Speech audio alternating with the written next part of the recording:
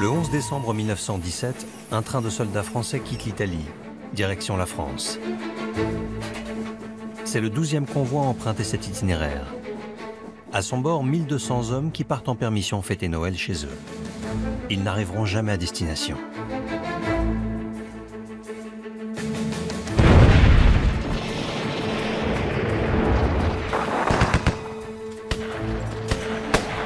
Dans cette guerre à grande échelle et pour la première fois, l'armée a placé le train au cœur du conflit. Elle a réquisitionné tout le réseau ferré du territoire pour permettre un transport de troupes plus rapide et plus massif, jusqu'à l'usure du système. Au fur et à mesure de la durée du conflit, les militaires vont demander toujours plus au chemin de fer. Donc le matériel souffre, il est moins bien entretenu, et même du matériel qui a été livré neuf en 1914 se retrouve dans un état absolument déplorable en 1918. On est dans un système d'improvisation quand même quasi permanente, avec des retards de trains qui sont massifs, qui arrivent de partout. En cette fin d'année 1917, l'état-major doit organiser le retour de permission des 130 000 soldats partis en Italie en renfort de l'armée italienne. En train, le seul itinéraire possible traverse les Alpes, sur une des lignes les plus pentues de France. Les conditions d'exploitation de cette ligne au moment de la catastrophe, on avait envie de dire, c'est étonnant que l'accident n'ait pas eu lieu avant. Le soir du 12 décembre, entre Modane et Saint-Michel-de-Maurienne, le train de permissionnaires s'emballe. Les freins ont fonctionné et pourtant, le train s'est emballé. Pendant un tiers de ce passage, le convoi a avancé comme une luge, avec les roues bloquées. Après une course folle de 15 km, le convoi s'écrase à l'entrée de Saint-Michel avant de s'embraser. 435 hommes perdent la vie. Cela reste la plus grande catastrophe ferroviaire française. On est là, au cœur même de la catastrophe. C'est là que tous les véhicules vont s'amonceler les uns sur les autres. Et c'est là que, quelques 3/4 d'heure après, l'incendie va prendre et va transformer tout cet ensemble en immense brasier. En plein conflit, les autorités militaires décident de faire le silence sur ce drame. Et après la mise en place d'un conseil de guerre, classent le dossier d'expertise dans les archives militaires. Et c'est comme ça qu'une chape de plomb va tomber sur la Maurienne et sur la France. Et c'est comme ça que les Français ne sauront jamais un traître mot de cet accident. Retour sur une page inconnue de la Première Guerre mondiale.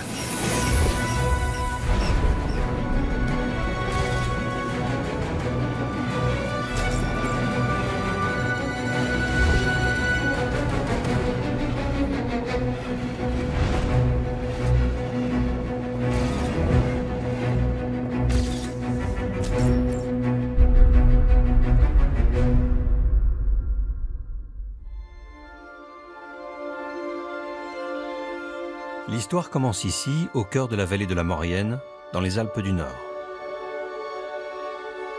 C'est dans cette vallée encaissée que se trouve l'une des lignes les plus pentues de France et une des portes d'entrée vers l'Italie.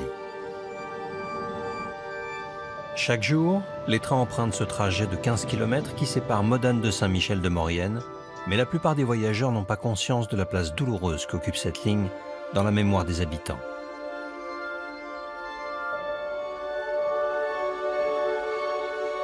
C'est sur le trajet que suit le TER qu'1 siècle auparavant, en pleine guerre, un train de soldats de plus de 350 mètres de long s'emballe et dévale la pente pour terminer sa course folle à l'entrée de la commune de Saint-Michel-de-Maurienne.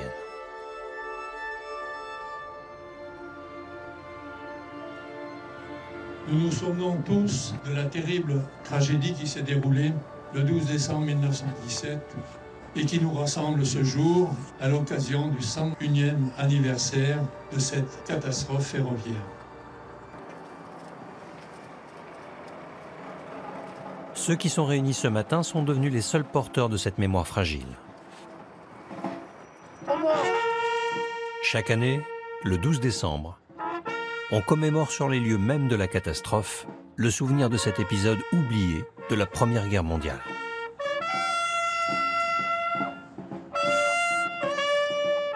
Les témoignages qu'on a, donc, c'était les parents. Les parents qui étaient sur place pour aider et qui éloignaient les enfants volontairement pour qu'ils ne regardent pas le désastre qu'il y avait dans cet endroit, quoi. Ça, c'est un témoignage direct de mon père. Et dans le temps, on n'en a plus reparlé. Est-ce que peut-être la censure militaire qui a dû jouer là-dessus au départ et qui a fait qu'on a oublié tout cela.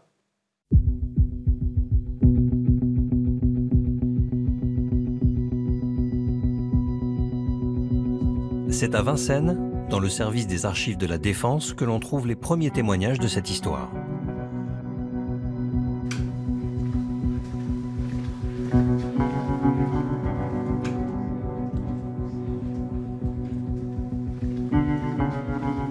Et cela commence par quelques pages, celles des minutes d'un conseil de guerre où, 6 mois après la catastrophe, 6 cheminots sont présentés devant un tribunal militaire.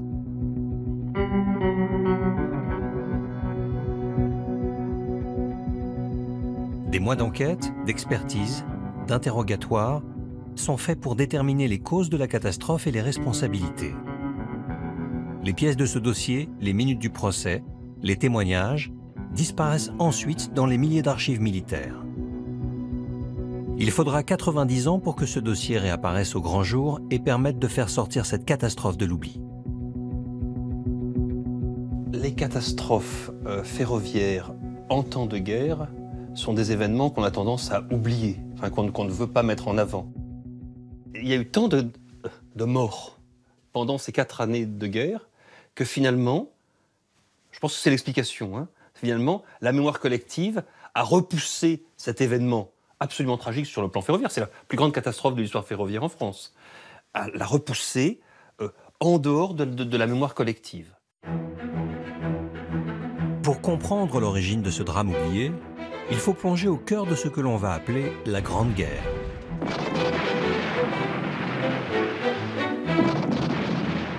Dans cette guerre industrielle, tous les moyens modernes sont mis au service de la guerre totale. Les dimensions du conflit, l'ampleur des troupes mobilisées imposent une organisation radicalement nouvelle. Dès 1914, le train est au cœur du conflit. Pour la première fois, l'état-major considère le réseau ferré comme un moyen logistique adapté à ses besoins militaires. En raison de sa rapidité, il permet de ravitailler massivement les unités engagées dans une guerre à grande échelle. En réquisitionnant le chemin de fer, l'armée met en place une organisation d'une envergure encore jamais réalisée auparavant. On utilise les voies existantes, on construit des voies supplémentaires vers le front, et le train devient vite le moyen privilégié du transport de troupes et de matériel vers les zones de combat. Le chemin de fer, en 1914 et pendant la Première Guerre mondiale, est à son apogée. C'est le moyen de transport de masse, le moyen de transport industriel. Il y a déjà presque un siècle donc, de prospérité ferroviaire bien établie. À l'époque, le réseau ferré français est divisé en 6 zones que se répartissent des compagnies privées. Celle du Nord, de l'Est, le réseau de l'État, le Paris-Orléans, la compagnie du Midi et le Paris-Lyon-Méditerranée au sud. Toutes ont leur propre réglementation et des modes de fonctionnement particuliers. Dès le décret de déclaration de guerre, il y a un télégramme qui dit que les compagnies de chemin de fer disparaissent complètement. Elles sont nationalisées. Donc pendant la Première Guerre mondiale, les compagnies de chemin de fer n'existent plus en tant que telles. Elles sont réunies sous une autorité militaire, qui est une autorité donc unique. Donc c'est d'un seul mouvement que le chemin de fer fonctionne, sous le commandement absolu de l'armée. Tous les matériels, tous les hommes sont réquisitionnés. Ce sont des milliers de trains qui vont être mis en service au début août 1914. Du 6 au 18 août 1914, on a globalement 1 200 000 soldats, donc sur 12 jours, qui vont prendre le train pour être envoyés au front.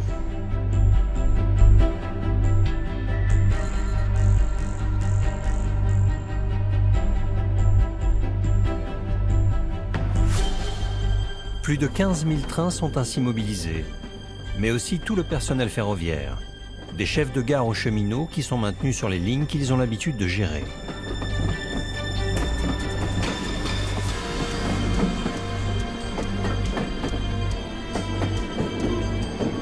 Durant toute la durée de la guerre, le personnel des compagnies des chemins de fer va être mobilisé de différentes façons. Il y a le personnel qui va être mobilisé dans les sections des chemins de fer de campagne, qui va donc être utilisé par l'armée dans la zone des armées pour conduire les trains, gérer les voies et ainsi de suite. Et il va y avoir du personnel qui va être mobilisé sur place. Ce sont les affectés spéciaux. Cette organisation a été choisie parce qu'elle permet d'assurer des circulations sans faille. Le personnel a l'habitude de son lieu de travail pour le chef de gare. Il connaît bien les lignes qu'il dessert. Il connaît bien la géographie. Il connaît bien tous les équipements qui sont à la gare. Idem pour les mécaniciens ou les chauffeurs, ce qui permet donc de garantir les circulations sans heurts, sans problème, sans surprise.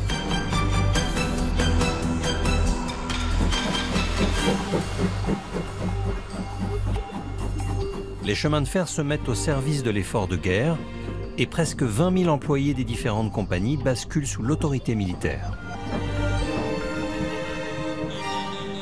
Cette situation nouvelle va fortement peser sur le fonctionnement des lignes. Les horaires de travail du personnel explosent et toute absence est considérée comme une désertion. Autant d'éléments qui ne provoquent pas encore d'incidents mais qui vont finalement jouer un rôle dans le déroulement de la catastrophe et les décisions qui seront prises.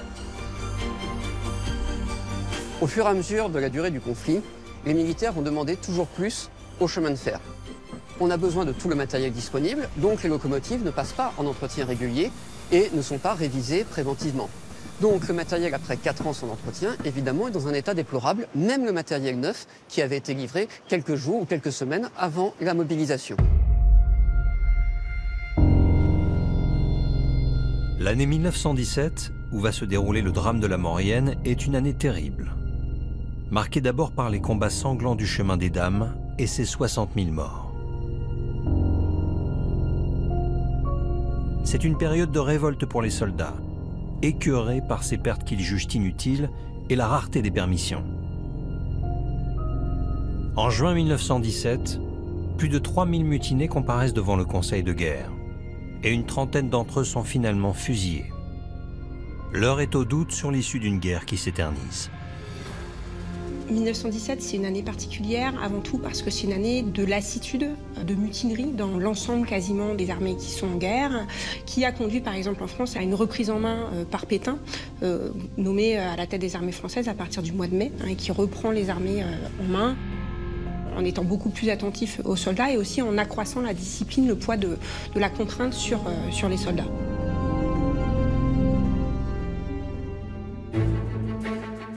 En cette fin d'année 1917, les combats ont basculé vers les Alpes et le nord de l'Italie où les Autrichiens tentent de faire une percée sur un front de presque 600 km.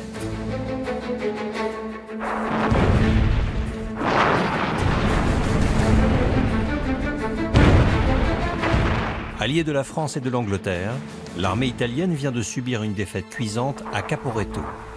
En quelques jours, et malgré des combats acharnés, les troupes de choc de Rommel ont fait une progression foudroyante dans cette zone de montagne.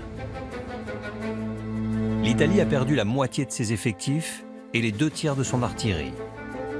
Pire que tout, la démoralisation est totale. L'ennemi est désormais aux portes de Venise, vers le mont Grappa. Dès 1917, l'état-major français sait qu'il devra envoyer des troupes en Italie. On ne sait pas encore la date, mais on réfléchit déjà à l'avance à un plan de transport de ces troupes. Après le désastre de Caporetto le 24 octobre 1917, il est effectivement possible d'envoyer rapidement 130 000 hommes en Italie grâce aux études qui ont été réalisées précédemment. Lorsque la décision est prise d'envoyer des troupes en renfort de l'armée italienne, c'est bien évidemment le train qui est choisi en priorité.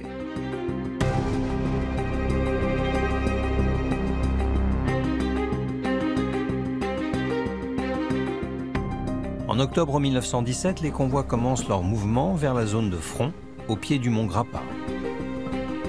2 voies d'accès sont prévues. Le courant A qui passe par la Côte d'Azur et la ville de Vintimille, et le courant B le plus important, qui est la ligne qui passe par Chambéry, Modane, et qui rejoint l'Italie par le tunnel de Fréjus. C'est un trajet plus direct, mais un itinéraire presque exclusivement montagneux. L'essentiel du trafic de ces 130 000 hommes va donc passer par Modane, qui est la ligne la mieux outillée, elle a la double voie d'un bout à l'autre, et qui permet donc le meilleur rendement. Sur le réseau ferré, le service fait circuler plus de 50 trains par jour entre l'Italie et la France pendant cette période.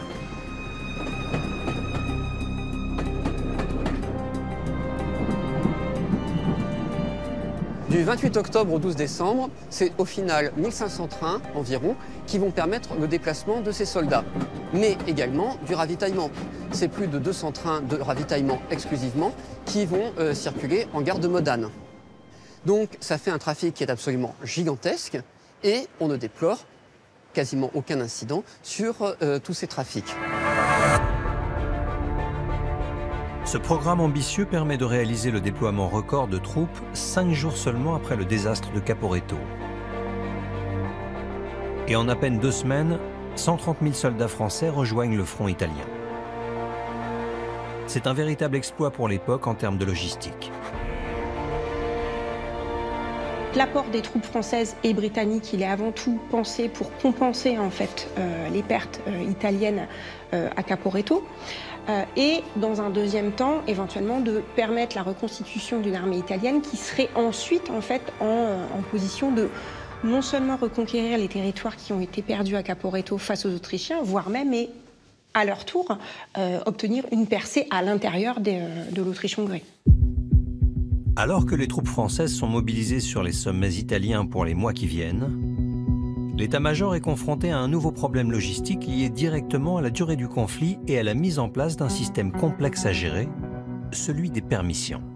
Les Français et les Britanniques, quand ils arrivent en Italie, pour certains, ils sont mobilisés, ils combattent depuis plus de 3 ans. Certains sont peut-être partis en permission seulement au mois d'avril précédent. Et donc, le commandement français, en fait, ne prend pas le risque de les priver de permission. Alors que finalement, on peut se dire, ben voilà, c'est quand même extrêmement compliqué de les ramener d'Italie. L'accident le montrera d'ailleurs rétrospectivement. On peut se dire, effectivement, il y avait un énorme enjeu et des contraintes extrêmes du point de vue logistique, mais du point de vue, je dirais, du moral des troupes, du point de vue politique, peut-être aussi comme message vis-à-vis de la population, il y a un véritable enjeu en 1917 à montrer que l'état-major tient ses paroles vis-à-vis des soldats, notamment. En 1914, personne n'avait imaginé que cette guerre allait s'enliser de cette façon. Sa durée inattendue a donc amené la mise en place de permissions pour les soldats du front, afin d'éviter les désertions qui inquiètent de plus en plus les autorités. C'est alors plus de 45 000 permissionnaires qu'il faut transporter chaque jour. Ce nombre de trains de permissionnaires ne va cesser d'exploser durant la guerre. En 1915, on estime qu'il y a environ 10 000 trains de permissionnaires qui circulent. En 1916, on est déjà à 38 000 trains. En 1917, à 80 000 trains. C'est donc un nombre de trains considérable qui est mis en place par les compagnies pour permettre aux soldats de pouvoir revoir leur famille et de tenir durant toute la durée de la guerre. Pendant toute la durée de la Première Guerre mondiale, les transports de troupes et de ravitaillement des armées françaises et alliées reposent essentiellement sur le rail. Les voies ferrées sont donc saturées par les besoins de l'armée. Pour faire face au nombre de permissionnaires, on doit mettre en place des trains spéciaux qui conduisent les soldats du front jusqu'aux gares principales où ils peuvent ensuite regagner leur foyer par des lignes régulières. Ils ont l'obligation de prendre ces trains spéciaux surchargés s'ils veulent que leur voyage soit pris en charge par l'armée. Dans ces convois, composés du matériel disponible provenant de toutes les compagnies ferroviaires, un trajet de 100 km peut prendre plus de 6 heures. Comme on est dans un cadre d'organisation finalement de transports qui n'ont pas été prévus à cette échelle, on est dans un système d'improvisation quand même quasi permanente, avec des retards de trains qui sont massifs, qui arrivent de partout. Et souvent, les hommes sont obligés d'attendre très longtemps sur place, sans savoir quand ils vont partir, puisqu'on ne sait jamais quand le train va arriver. Ils sont maintenus sur place. Il y a vraiment une cristallisation des critiques des soldats sur l'organisation de ces gares régulatrices. En novembre 1917, c'est depuis l'Italie qu'il va falloir ramener les soldats en permission. Une organisation lourde que la distance et le passage des Alpes rend particulièrement difficile et qui n'a encore jamais été organisé à cette échelle. C'est donc la direction au transport militaire aux armées, la DTMA, qui est en charge de chercher comment transporter ces permissionnaires d'Italie en France. La DTMA va réfléchir et va proposer un train quotidien de permissionnaires qui va être mis en place à partir du 30 novembre. Fin novembre 1917, un télégramme chiffré est envoyé de l'état-major en Italie pour annoncer le départ prochain d'un premier train spécial en direction de la France. Ce sera un premier test avant de mettre en place un parcours régulier. Le trajet choisi pour ramener les permissionnaires d'Italie est la voie ferrée qui part de Turin et passe la chaîne des Alpes par la gare frontière de Modane. C'est l'itinéraire le plus direct, mais aussi une des lignes les plus pentues de France dans sa partie montagneuse. En choisissant cet itinéraire en 1917, les autorités n'ont pas forcément conscience du danger de cette pente et surtout de l'importance que va représenter l'état du matériel, la composition des trains et surtout le système de freinage de l'époque. Avant de lancer le premier convoi, il faut gérer une particularité surprenante, celle de la différence d'exploitation de chaque côté de la frontière.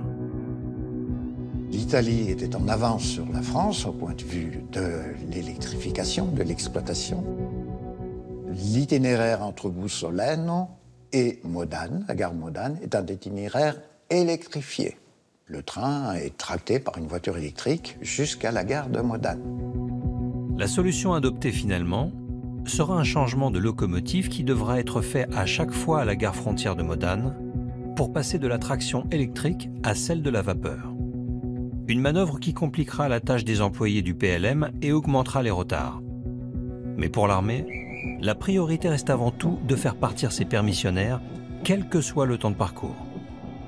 Le premier train essuie les plâtres et on constate donc qu'il y a des problèmes dans l'itinéraire qui a été choisi. Néanmoins, l'armée considère que c'est un succès et décide de continuer l'envoi de trains de permissionnaires. Le premier train comportait 600 permissionnaires, le deuxième en comporte 1000.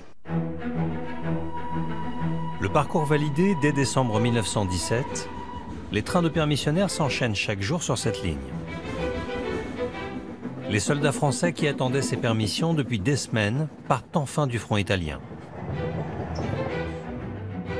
Ils quittent le front, ils ont très longtemps attendu cette permission sans savoir si elle allait vraiment arriver. Donc on est à un moment de très forte tension nerveuse qui explique cette espèce de relâchement total de la discipline qu'on observe à bord des trains et de manière massive et dès 1915, dès la mise en place des permissions.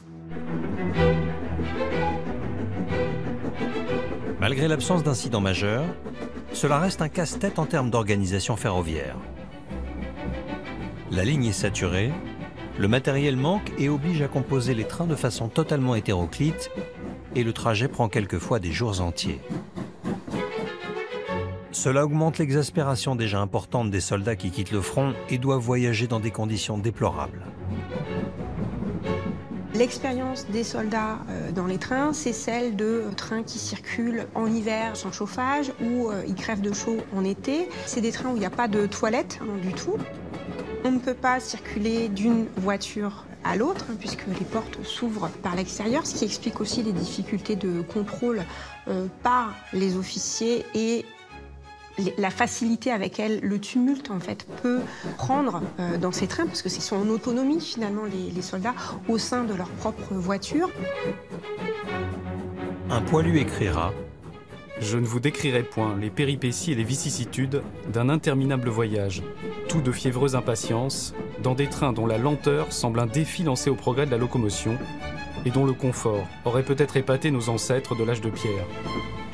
Pour les cheminots, la gestion de ces trains de permissionnaires est une pression énorme.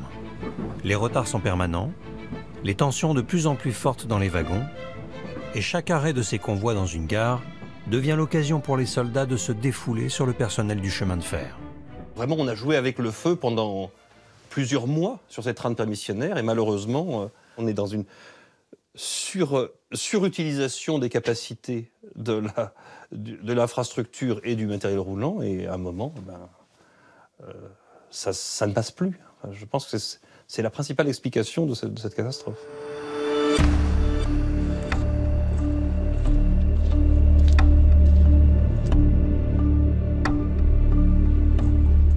C'est à Longueville, à 1 heure de Paris, que Clive Lamming, historien et l'un des meilleurs experts des trains, est venu chercher le matériel ferroviaire le plus proche de celui utilisé pendant la Grande Guerre. La seule façon d'avancer dans une meilleure compréhension de la catastrophe. Alors, parmi ces locomotives, je pense que finalement, celle-ci serait la plus intéressante. C'est une 130B Est, mais elle est très très proche de la locomotive qui nous intéresse pour la Maurienne. C'est la même époque, c'est le même système, elle est équipée du même système de freinage. Et donc, on a une locomotive qui, pour moi, est tout à fait parfaite pour nous permettre de comprendre ce qui s'est passé. Alors, nous avons ici le poste de conduite du mécanicien. Ce qui attire notre attention, certainement, c'est le gros volant avec l'écran de réglage de marche, l'admission de la vapeur, mais surtout les robinets de freinage. Il y a un frein continu, il y a un frein modérable, donc qui est très important pour pouvoir doser le freinage. Et le freinage, c'est l'obsession des ingénieurs. D'ailleurs, en ce temps-là, la vitesse pour eux, c'est l'ennemi. C'est l'ennemi parce que les trains s'emballent, les trains pèsent lourd. Il faut déjà doubler la puissance des freins simplement pour une pente à peine visible. Mais en même temps, les rails, c'est du verglas. Les roues n'adhèrent pas. C'est ce qui fait la force du chemin de fer, c'est qu'il demande très peu d'énergie pour rouler. Donc l'obsession, c'est le freinage. L'obsession, c'est de ne pas dépasser la vitesse au-delà de laquelle on ne peut plus freiner, au-delà de laquelle on ne commande plus le train. Finalement, c'est un très très gros problème. Et en 1917, cette question n'est pas encore réglée. Le 12 décembre 1917, alors que les combats continuent sur le front italien, la gare de Modane est comme presque chaque jour dans l'attente d'un nouveau train de permissionnaires. En France, après les combats meurtriers de Verdun et de la Somme en 1916, la guerre semble s'éterniser et la lassitude de la population et des soldats rend ses retours de permission prioritaires. André Palatier est l'un de ceux qui connaissent le mieux ce pan oublié de l'histoire. Il a consacré des années à trouver ce qui s'est réellement passé lors de cette nuit meurtrière. À 17h30, le mécanicien de dépôt de Chambéry, Louis Girard, est sorti très normalement de la semi-rotonde qu'on aperçoit là-bas au fond. Cette locomotive est venue se placer ici en attente, c'était la voie 24. En attente de ce que Louis Girard croyait être le train de permissionnaire. Donc Louis Girard, quand il vient se mettre en place ici, c'est un élément important sur le plan psychologique, ne sait pas qu'il va devoir attendre non seulement le premier convoi qui arrive, mais il va découvrir qu'il y en a un second. C'est finalement 2 convois séparés qui arrivent avec 7 heures de retard sur l'horaire prévu. 19h30 pour la première rame de 14 wagons et 21h15 pour la seconde composée de 3 wagons de permissionnaires. Beaucoup trop lourd, le train a en effet dû être séparé en 2 du côté italien pour lui permettre de gravir la pente et il va devoir être recomposé à Modane pour constituer le train spécial en direction de Chambéry. Mais le retard augmente encore car on attend en effet le départ du train express pour Paris avant de permettre au train de permissionnaires de partir enfin. Privilège du grade, presque tous les officiers du train spécial le quittent pour monter rapidement à bord de l'Express et arriver ainsi plus vite à Paris. Il n'y aura donc aucune victime de la catastrophe parmi les gradés. À bord du train spécial, on compte plus de 1200 soldats originaires des 4 coins de la France et qui partent enfin rejoindre leurs familles pour les fêtes de Noël. Régiment du génie, chasseurs alpins, artilleurs, infirmiers. C'est une pause pour eux dans un long calvaire qui dure pour certains depuis plusieurs mois. Mais pour beaucoup d'entre eux, il leur reste seulement quelques heures à vivre. Au total, ce train spécial comptabilise 18 voitures que l'on attelle à la locomotive à vapeur du PLM.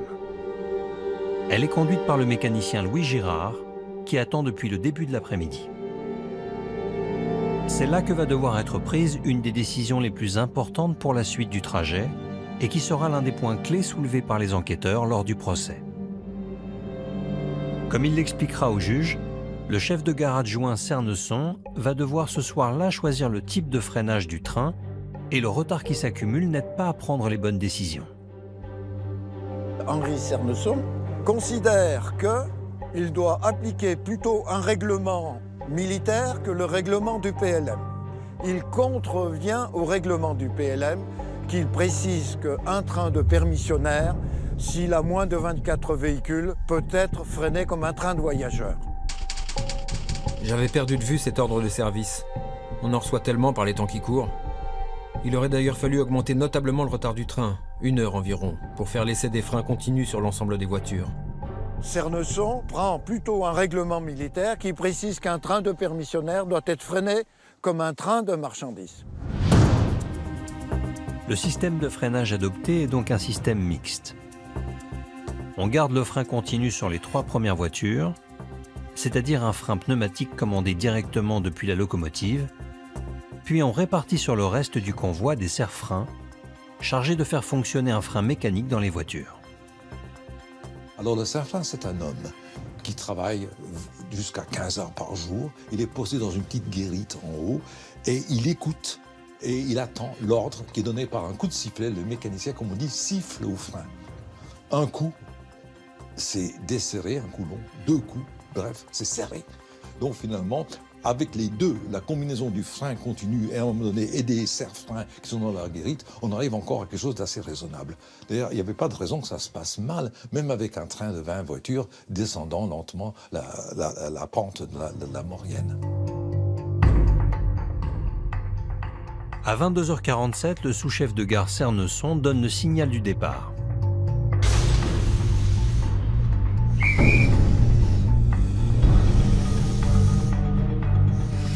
Le train ML 3874 quitte la gare de Modane, direction Chambéry.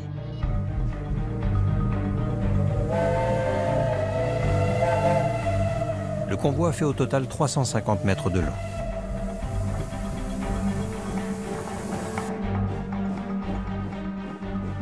La ligne de la Maurienne est une ligne en forte déclivité.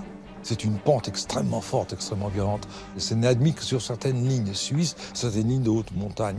Donc le problème est bien l'énorme puissance de freinage à mettre en jeu. Ce n'est pas tant la longueur du train qui pose un problème, puisque chaque voiture du train a son système de freinage. Donc la longueur n'est pas interdite, c'est beaucoup plus le freinage reste le problème crucial.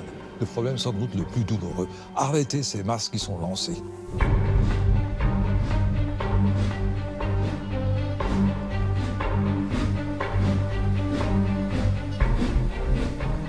Lors du conseil de guerre, le mécanicien Girard dira « Le démarrage s'est effectué normalement, et très lentement, parce que tout mon train était dans la rampe qui se trouve au départ de Modane.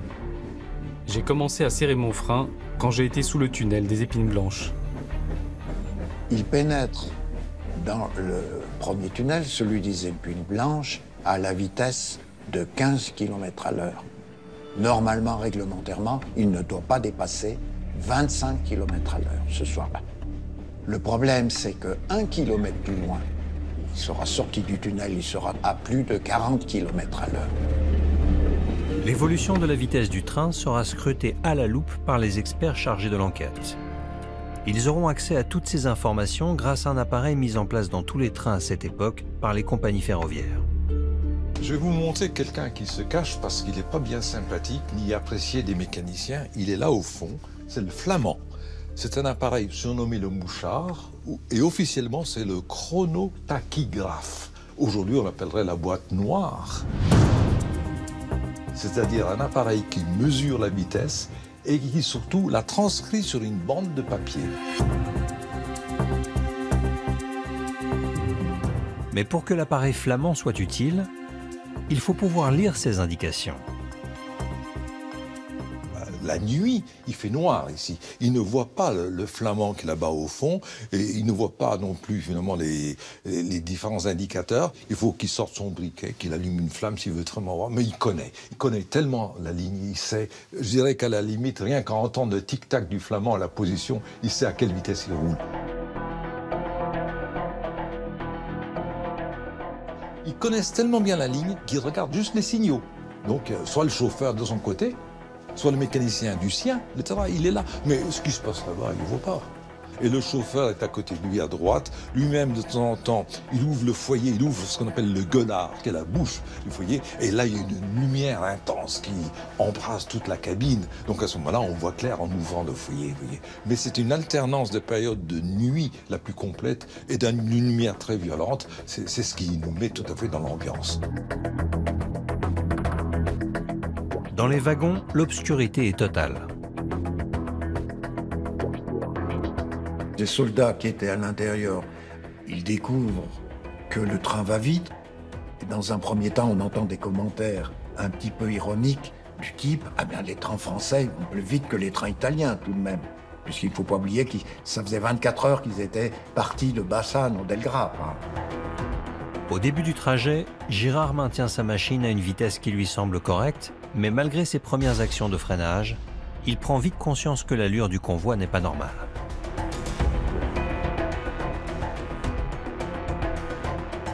En arrivant au palier du Fresnay et constatant que le train prenait une vitesse inquiétante et que le freinage n'était pas suffisant, je commençais à siffler au frein. Mais si la vitesse n'augmenta pas, elle ne diminua pas. C'est donc une singularité de cette catastrophe. Le train est emballé quelques 2 kilomètres après son départ et après avoir emprunté la partie la moins pentue de l'itinéraire. Pour assembler les nombreuses pièces du puzzle de ce qu'il s'est passé la nuit du 12 décembre 1917 et décrypter les informations du dossier d'instruction, il faut un expert. Bruno Cosier est spécialiste des catastrophes ferroviaires au BATT, le bureau d'enquête sur les accidents de transport terrestre qui dépend du ministère de l'Intérieur. Pour la première fois dans sa carrière, il accepte de se pencher sur le dossier d'une catastrophe vieille d'un siècle. En langage policier, on parlerait d'un cold case. C'est la première fois où j'ai à travailler sur un accident qui remonte à plus de 100 ans. J'ai travaillé uniquement à partir des documents qui avaient été produits à l'époque par les différents enquêteurs, les experts du juge militaire et les autres enquêteurs techniques du ministère ou pour le compte de la compagnie PLM. Ces 3 rapports ne disent pas la même chose et ils ne disent pas non plus la même chose que la bande graphique que j'ai pu consulter. Sur la bande graphique, on s'aperçoit qu'il y a une première action de freinage qui est faite dès la première descente, donc en amont du tunnel des Épines Blanches, qui amène la vitesse du train de 14 à 9 km/h. Donc à la vue de cette première action de freinage, on se dit, ben voilà, un conducteur qui est prudent, puisqu'à la première descente, il commence par freiner pour vérifier si son frein fonctionne. Ensuite, sur la bande graphique, on voit une montée de vitesse continue jusqu'à 48 km/h. Et là, on observe un freinage. Le freinage exercé par le conducteur est suffisant pour amener la vitesse jusqu'à 42. Et c'est là où, personnellement, je ne comprends pas. C'est-à-dire, pourquoi il n'a pas continué? C'est-à-dire que s'il considérait qu'il était en danger, l'action qu'on attend d'un mécanicien qui constate que son train n'est peut-être pas correctement freiné et que donc son convoi est en danger, c'est de continuer son freinage jusqu'à l'arrêt. C'est là où, dans une enquête d'aujourd'hui, j'aurais aimé avoir le conducteur en face de moi pour lui poser la question. Le poids énorme que l'effort de guerre fait subir aux compagnies de chemin de fer pendant cette guerre totale rend la tâche des cheminots comme Girard particulièrement complexe. Entre 1914 et 1917, le train assurait l'essentiel du transport de matériel et de troupes vers les zones de front. Le réseau existant est rapidement devenu insuffisant et les trains de permissionnaires sont venus s'ajouter à cette saturation. En 4 ans, la seule compagnie PLM a dû ouvrir près de 60 nouveaux embranchements pour l'armée. Autant de matériel et de personnel supplémentaires à mobiliser. En 1917, il faut donc jongler avec les trains disponibles et il devient difficile de garantir que les agents réquisitionnés pour les convois de permissionnaires sont compétents. Le soir du 12 décembre, le train de permissionnaires est composé presque exclusivement de voitures italiennes que Girard connaît mal. Mais surtout, sur les 5 serre-freins répartis dans les voitures, 4 sont des débutants et ne connaissent pratiquement pas la ligne. Ils ont pourtant un rôle majeur à jouer dès le début du trajet. En montagne, c'est au serre-frein de prendre l'initiative de freiner indépendamment d'une manifestation quelconque du mécanicien. Ça, c'est le principe. voyant que le train prenait un peu de la vitesse au-delà du tunnel des Épines Blanches, chacun s'est interrogé. Leurs témoignages sont édifiants de ce côté. Il faut dire, est-ce que je dois freiner maintenant ou pas? Est-ce que c'est à moi? Est-ce qu'il me revient ou pas? Donc on voit qu'on a eu un freinage dispersé, incohérent. Il a été tout sauf un freinage collectif. La réglementation prévoit que les serre-freins agissent d'eux-mêmes dès lors que la vitesse se rapproche des limites réglementaires. Donc ça, quand on ne connaît pas la ligne et quand on n'a pas l'habitude du métier, il est extrêmement difficile de se rendre compte de la vitesse du train, notamment comme ce jour-là, puisqu'on était tard le soir et faisait nuit. C'est en quittant le premier tunnel que le train a pris une allure qui n'était pas comme d'habitude. On voyait qu'il avait tendance à s'emballer. J'ai serré le frein quand j'ai entendu l'appel du mécanicien. C'est un système extrêmement compliqué que la gestion de ces 20 ou 30 véhicules voyageurs qui peuvent donc, ces 20 ou 20 ou 30 voitures qui peuvent composer un gros train de voyageurs. C'est très compliqué. Et on sent que, évidemment, dès que quelque chose ne va pas, la danse infernale commence. Le conducteur, conformément à ses déclarations, il a commencé à freiner fortement dès le palier du freinet, mais dans un premier temps, se trouvant sur un rail mouillé, donc le freinage n'a pas été très efficace, se trouvant dans le tunnel, là le rail est sec, et donc le freinage reprend de la puissance et lui permet de maîtriser sa vitesse. En revanche, dès qu'on sort du tunnel, le train reprend de la vitesse. À partir de là, le train ne ralentit plus. Après les tentatives de freinage des premiers tunnels, le boîtier flamand n'enregistre alors plus sur sa bande graphique qu'une augmentation progressive de la vitesse. Des soldats qui étaient à l'intérieur, puis au fur et à mesure que les minutes passent et que le train gagne en vitesse, ils s'interrogent tout de même sur la rapidité de ce train et ils se posent la bonne question, est-ce que notre train est toujours sous contrôle? Il faut savoir donc que les trains de marchandises de l'époque étaient freinés avec des sabots de frein qui étaient en fonte et dont la caractéristique, c'est que plus ça va vite, moins ça freine. Donc un train de marchandises qu'on est capable de retenir à 20 km/h, on n'est pas forcément capable de le retenir à 50.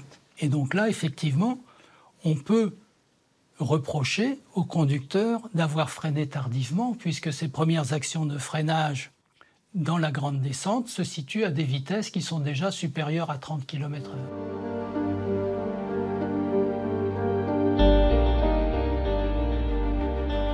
Dans cet emballement progressif du train fou de décembre 1917, certains lieux sont des points clés du parcours. André Palatier se rend donc à la gare abandonnée de l'Apra. Voilà le témoignage de l'existence de cette ancienne gare de l'Apra. Alors vous voyez, quand on vient ici, ce qui frappe, c'est qu'on ne voit pas arriver le train. Le virage là est tout près. Et inversement, on se met à la place du cheminot qui était dans cette gare, qui était exactement à cet emplacement-là, lorsque, dans cette nuit du 12 au 13 décembre, le train déjà emballé est arrivé en pleine nuit, avec des étincelles sous les roues, jaillissant de la locomotive, du tender, voire des wagons derrière. Dans la locomotive, le mécanicien Girard tente tout ce qui est possible pour ralentir la course de son train dont la vitesse semble incontrôlable. Le système de freinage du convoi n'est plus suffisant. Les moyens de freinage d'urgence, un bon mécanicien vous dirait qu'il reste la prière. Les premiers mécaniciens se servaient beaucoup de la contre-vapeur, c'est-à-dire qu'ils mettaient en marche arrière. Ne faites pas ça avec votre voiture, vous exploserez la boîte de vitesse. Mais eux, ils mettaient la marche arrière, c'est-à-dire la roue qui est là, je la tourne à fond dans l'autre sens, et ça freine la locomotive. Les roues arrivaient même parfois à tourner en sens inverse quand ils utilisaient la contre-vapeur. Mais en 1917, les compagnies étaient très réticentes à l'utilisation de cette contre-vapeur. Sur les trains de l'époque, ce moyen de freinage était destructeur pour le mécanisme et ne devait être utilisé qu'en dernier recours. Et on s'est aperçu aussi que les locomotives ayant tendance beaucoup à patiner, on a instauré la sablière. C'est une réserve de sable qui est sur le corps cylindrique de la locomotive avec des tubes de sable qui descendent juste devant chaque roue. En cas de freinage, si le rail était gras et humide, la Maurienne. On pouvait donc, ce qu'a fait le mécanicien, vider du sable pour empêcher que les roues se mettent à glisser. Mais le sable était une solution extrêmement, je dirais, aléatoire et désespérée. En arrivant à l'Apra, bien que ma machine fût freinée au maximum, j'ai inversé la vapeur, tout en ouvrant la sablière pour essayer de m'arrêter et prendre des dispositions pour augmenter le freinage, clairement insuffisant. Mais malgré tous mes efforts, la vitesse a continué à augmenter. Le cheminot, lorsqu'il voit passer ce train, il devine qu'il est en perdition. En pleine nuit, il n'a vu que des étincelles. Il a été, en quelque sorte, le récit qu'il en fait montre qu'il a été ébloui par ce spectacle. Il nous présente ce train comme s'il avait passé à 600 km à l'heure, hein, aujourd'hui, on dirait. 3 minutes environ après l'annonce du train, j'ai entendu des coups de sifflet saccadés. Le train a passé ici à 23h04. La machine était toute en étincelles et des étincelles également parcouraient tous les wagons du train à la hauteur des sabots. Immédiatement, je me suis précipité au téléphone. Saint-Michel a répondu tout de suite. Je lui ai dit « Il passe un train à une vitesse vertigineuse. Dégage les voies et n'envoie pas de train. » Et heureusement qu'il a eu ce réflexe-là, puisque précisément, en gare de Saint-Michel, il y avait un train de soldats britanniques qui se rendait sur le front italien et qui était dans l'attente en gare de Saint-Michel. Donc le chef de gare de Saint-Michel arrête ce train de Britanniques et on se dit que s'il ne l'avait pas fait, les deux trains se seraient probablement percutés quelque part entre ici et Saint-Michel, probablement dans la descente des Sorderettes. On imagine quel désastre ça aurait été supplémentaire.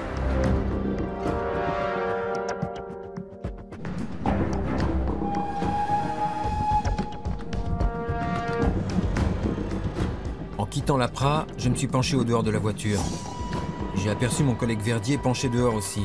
Il m'a crié « Serre, serre !» puis a ajouté « Nous sommes perdus !»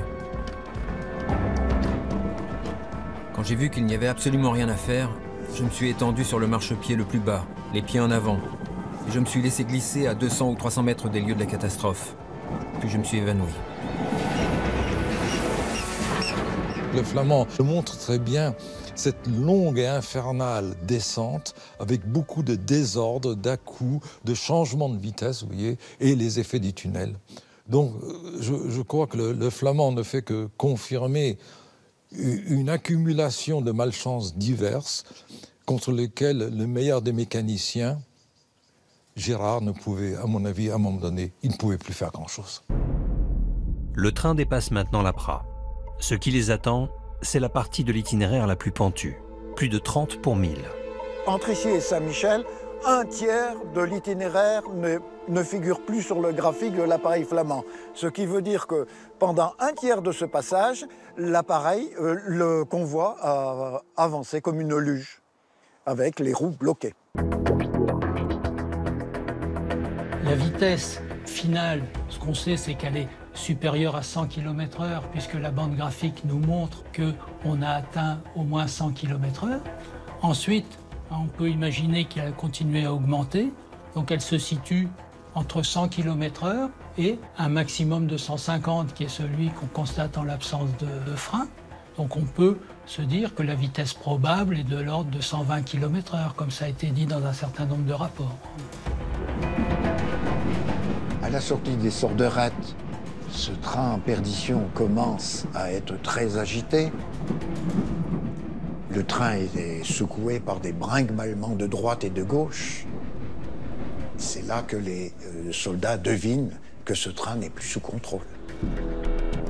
La locomotive sifflait toujours désespérément. L'anxiété augmentait. Alors, mon voisin s'arrêta de manger, ferma son couteau et, le mettant dans sa poche, dit « Nous sommes foutus ». On est en présence d'un train qui aborde une courbe serrée avec une vitesse qui est très nettement supérieure à la vitesse autorisée. Et donc dans ces conditions, des fois ça passe, des fois ça passe pas. Mais cette nuit-là, pour le train spécial ML 3874, cela ne passera pas. À 23h10, après avoir parcouru 14 km, le train aborde à toute allure les deux courbes les plus importantes du trajet, juste à l'entrée de la commune de Saint-Michel-de-Maurienne. La vitesse était excessivement forte. Je ne puis l'évaluer. Au pont métallique sur l'Arc, j'ai senti que ma machine penchait côté gauche de façon inquiétante. Je ne me suis pas rendu compte du moment où ma machine s'est séparée du train.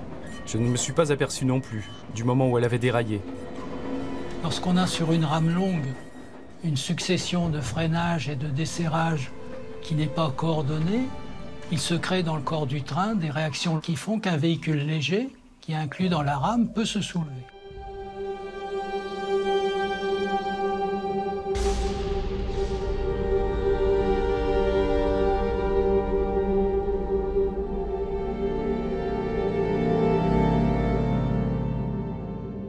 La locomotive déraille sur la gauche et elle va venir percuter cette murette. La locomotive et le tender s'arrachent du reste du convoi et vont donc en partie dérailler, poursuivre leur parcours jusqu'à l'entrée de la gare de Saint-Michel sur une distance d'1,05 km, nous dit le rapport du PLM. Le choc est énorme. Dès que la locomotive se détache, le fourgon de tête se met en travers et le déraillement se propage à l'ensemble du convoi. Projetés contre un mur de soutènement, les véhicules s'écrasent les uns contre les autres. En quelques secondes, la longueur du train passe de 350 mètres à seulement 50. On est là, au cœur même de la catastrophe. C'est là que tous les véhicules vont s'amonceler les uns sur les autres. Et c'est là que, quelques 3 quarts d'heure après, l'incendie va prendre et va transformer tout cet ensemble en immense brasier.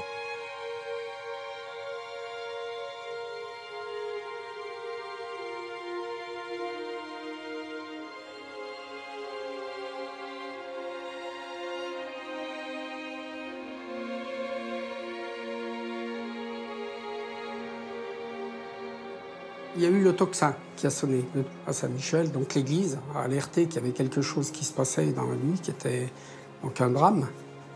Le tocsin a servi pour annoncer cette catastrophe et mobiliser les personnes pour venir aider. Parce qu'en plus, il a fallu, donc, étant donné les conditions extrêmes de froid, il y a des températures qui frisaient les -20. Il a fallu donc d'abord prévoir les chaînes au seau pour aller jusque dans l'Arc, le cours d'eau qui est à proximité, pour amener de l'eau. Et très vite, les gens se sont rendus compte que ce n'était pas possible. L'eau gelait, et voire très vite, que même en mobilisant et en faisant une chaîne pour transporter l'eau, on ne pouvait pas arriver à lutter. Lorsqu'à 0h30, un représentant de la police des frontières de Modane arrive, il fait le constat, c'était par un rapport, qu'il ne reste plus que le fond, l'extrémité du train, amont du train, à peu près en état. Tout le reste n'est qu'un immense brasier. Lorsque le jour se lève, le spectacle est un choc pour tous les habitants de Saint-Michel. Devant l'amas de débris, on commence à faire le bilan des victimes. Les corps qui ont pu être identifiés ont été mis dans des tombes. Il y a eu un ossuaire qui a été réalisé, une tombe commune où tout a été mis. Le reste des soldats non identifiés. Tout a été rassemblé au cimetière de la commune, Saint-Michel. Sur les 1200 hommes montés à bord de ce train, le bilan provisoire fait état de 425 morts et plus de 200 blessés. Le désastre est national. La catastrophe résonne dans toutes les régions de France. Seuls 5 départements ne comptent pas de décès dans le déraillement. Pour mon oncle, qui était donc sur le front, à l'Est, il a appris la catastrophe, il nous a toujours dit, avant Chambéry, puisqu'en fait, ils l'ont appris par les haut-parleurs allemands qui ont diffusé la nouvelle. C'était une manière de déstabiliser l'ennemi qui était en face, en disant quasiment que l'armée française était décimée à Saint-Michel. Côté français, la nouvelle de la catastrophe est parvenue au ministère de la Guerre et au bureau de la censure dans la nuit. En plein contexte de guerre, on décide immédiatement de parler le moins possible de la tragédie. À peine quelques heures après le déraillement, ordre est donné à la presse de ne faire que quelques lignes. Cette censure qui se met en place immédiatement après l'accident, c'est quelque chose qui est très routinier, que toutes les armées appliquent d'ailleurs, hein, les Britanniques, les Allemands aussi, et qui vise à contrôler les informations qui sont diffusées auprès de l'opinion publique pour éviter une démoralisation de masse, pour éviter aussi la diffusion d'idées défaitistes ou pacifistes. Les journalistes ne vont pas contre, en fait, ils ont intégré le sens des recommandations. Finalement, l'esprit patriotique a aussi gagné les journalistes qui, d'eux-mêmes, ne vont pas publier des informations contraires à la défense nationale. Dès le début de la guerre, le décret sur l'état de siège a suspendu la liberté de la presse. Son rôle prioritaire, fixé par le ministère de la Guerre, est de rassurer l'opinion publique et on considère la tragédie de la Maurienne comme une information néfaste pour l'état d'esprit des soldats, mais aussi pour la population. Face au nombre de morts, plus de 400, une enquête est pourtant immédiatement lancée pour en comprendre les raisons et connaître les responsabilités. Les serfrins ont été accusés d'avoir fait un freinage qui n'était pas coordonné, alors qu'ils auraient dû faire, dit le juge, faire un freinage progressif et coordonné précisément. Et il en conclura que leur tâche est en quelque sorte surhumaine, qu'ils n'ont pas fait, je cite, ce qu'ils ne pouvaient point faire. Et, dit-il, dans ces conditions, toute inculpation serait vaine et injustifiée. La justice est saisie et décide donc de poursuivre 6 employés du PLM. Comme ce sont tous des affectés spéciaux, sous l'autorité militaire, ce sera un conseil de guerre, un tribunal présidé par des officiers supérieurs.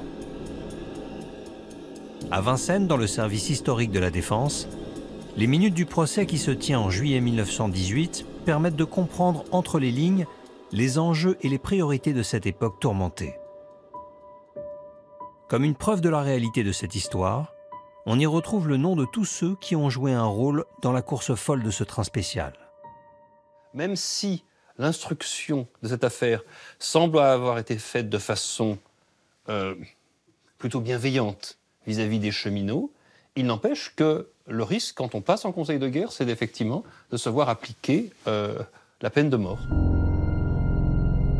Pendant 2 jours et demi, les experts et les témoins défilent à la barre pour déterminer là ou les causes du déraillement. Mais à l'époque, la rapidité de l'enquête ne permet pas de trancher. Les différentes enquêtes qui ont été faites à l'époque, elles n'arrivent pas à conclure sur la cause de l'emballement. La durée des enquêtes a été limitée par la nécessité de dégager la voie et de reconstituer la voie pour permettre le passage des convois allant vers l'Italie ou en revenant. Donc les constats sur les véhicules ont été rapides et également les constats sur la voie. Les enquêteurs doivent en effet rendre leurs conclusions très rapidement.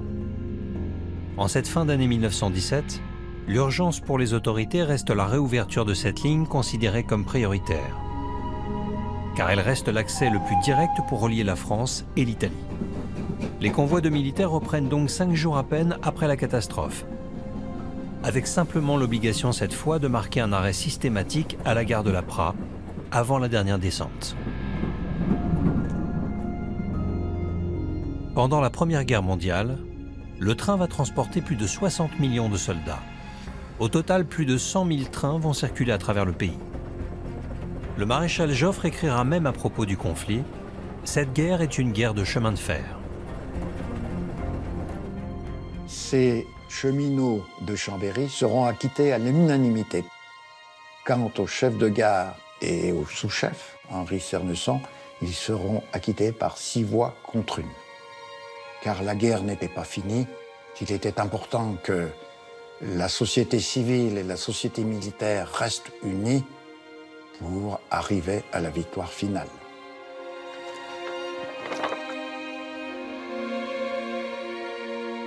Cette décision du tribunal, elle est à remettre dans le contexte de l'époque. Donc on est encore en guerre. On a besoin de toutes les forces nécessaires en France. On a besoin des cheminots, on a besoin des compagnies ferroviaires. Donc ça n'est pas le moment donc, de déclencher des polémiques. Aujourd'hui, on aurait mesuré sa capacité de freinage. On aurait également essayé de retrouver dans les débris davantage de pièces permettant de comprendre si les freins des différents véhicules avaient fonctionné correctement ou pas. Tout ça, dans l'urgence de l'époque, n'a pas été fait. Et évidemment, 100 ans plus tard, on ne peut plus le faire.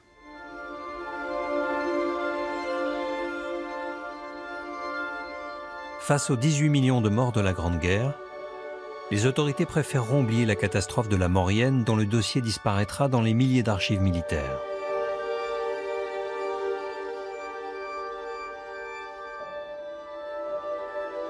Deux ans après la guerre, on inaugurera à Saint-Michel un monument en mémoire de ces poilus. Ce sera la seule trace visible du drame pendant près d'un siècle. Largement méconnue, la contribution de la voie ferrée à la victoire aura été décisive. L'armée aura mis le train au cœur de son dispositif et il le restera après la guerre. Le déraillement de la Maurienne aura montré l'importance d'une réglementation unique des compagnies, obligation qui sera votée dès 1920 à l'Assemblée nationale. En janvier 1938, une société reprend la totalité du réseau ferré français. On lui donnera le nom de SNCF. Aujourd'hui, la ligne de la Maurienne reste l'une des plus surveillées du territoire. Et lorsqu'un TGV descend depuis Modane en direction de Saint-Michel-de-Maurienne, sa vitesse maximum ne dépasse jamais 90 km/h. Un siècle après la tragédie, le déraillement du train de permissionnaires reste à ce jour la plus grande catastrophe ferroviaire française.